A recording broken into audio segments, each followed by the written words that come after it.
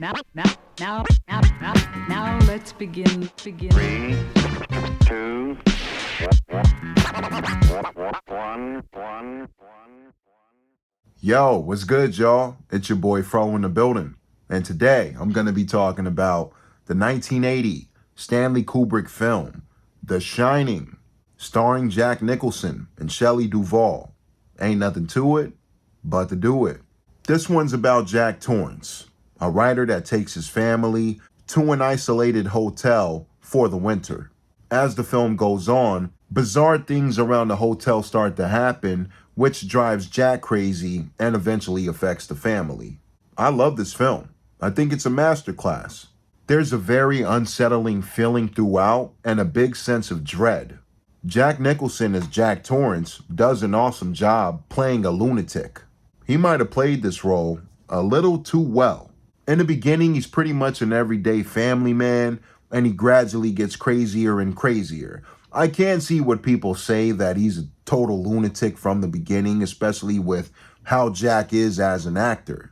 But I digress. I love the performance. I also love Shelley Duvall as Wendy. When this movie came out, critics were bagging on her performance to the point where she got a Razzie nomination for Worst Actress. I strongly believe that none of this was deserved. I think she gives a great performance, especially from the middle to the explosive final act. She does a wonderful job displaying fear from her maniacal husband and when the hotel starts revealing its true self. I can't say it enough, but awesome performance from Shelley. Danny Lloyd did a solid job with what he was given. He's a creepy kid that talks to his finger, Tony, and has visions of very bizarre imagery, like the famous two Grady twin sisters. But hats off to Danny for handling the dark material in his film at that age.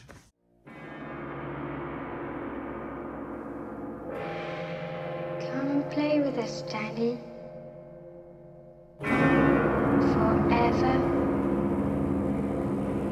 and ever and ever.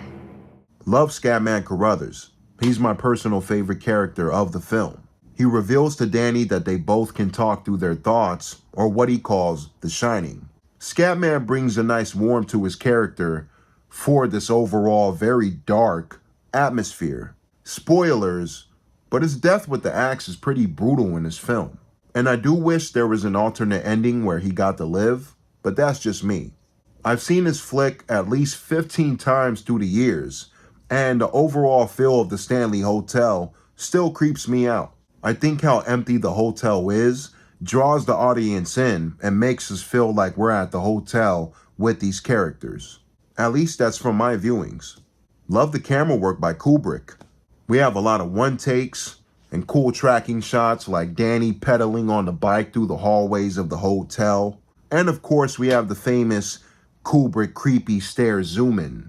The Shining is easily one of my favorite horror film scores. I know that's high praise, but not too many scores make me feel uncomfortable in a good way. I think I'm going to butcher his name, but the work done by Krzysztof Penderecki I thought was phenomenal and extremely unsettling. Wendy Carlos and Rachel Elkind are credited for the majority of the music, but Krzysztof's work is the standout for me. This one's a personal nitpick, but around the third act, I felt that the pacing was starting to wear on me just a bit. However, it doesn't affect my viewing on a big scale. There's also a bunch of weird theories connected to this film, like Kubrick being the one to direct the actual moon landing, and a bunch of moon imagery placed here and there throughout this film. I know there's a couple other theories, but feel free to look them up. Overall, I think The Shining is a great watch. We have top-tier performances from Jack Nicholson, Shelley Duvall, and Scatman Crothers. The psychological elements of the film were executed well and definitely worked for me. Bottom line, just very creepy and well done. I'm gonna give The Shining a 9.5 out of 10. Personally, it would be a 10 out of 10 for me if the pacing was just a little bit tighter around the third act. But I appreciate y'all for watching. It's your boy Fro Thizzle. Until next time, subscribe for more. Peace. You think maybe he should be taken to a doctor?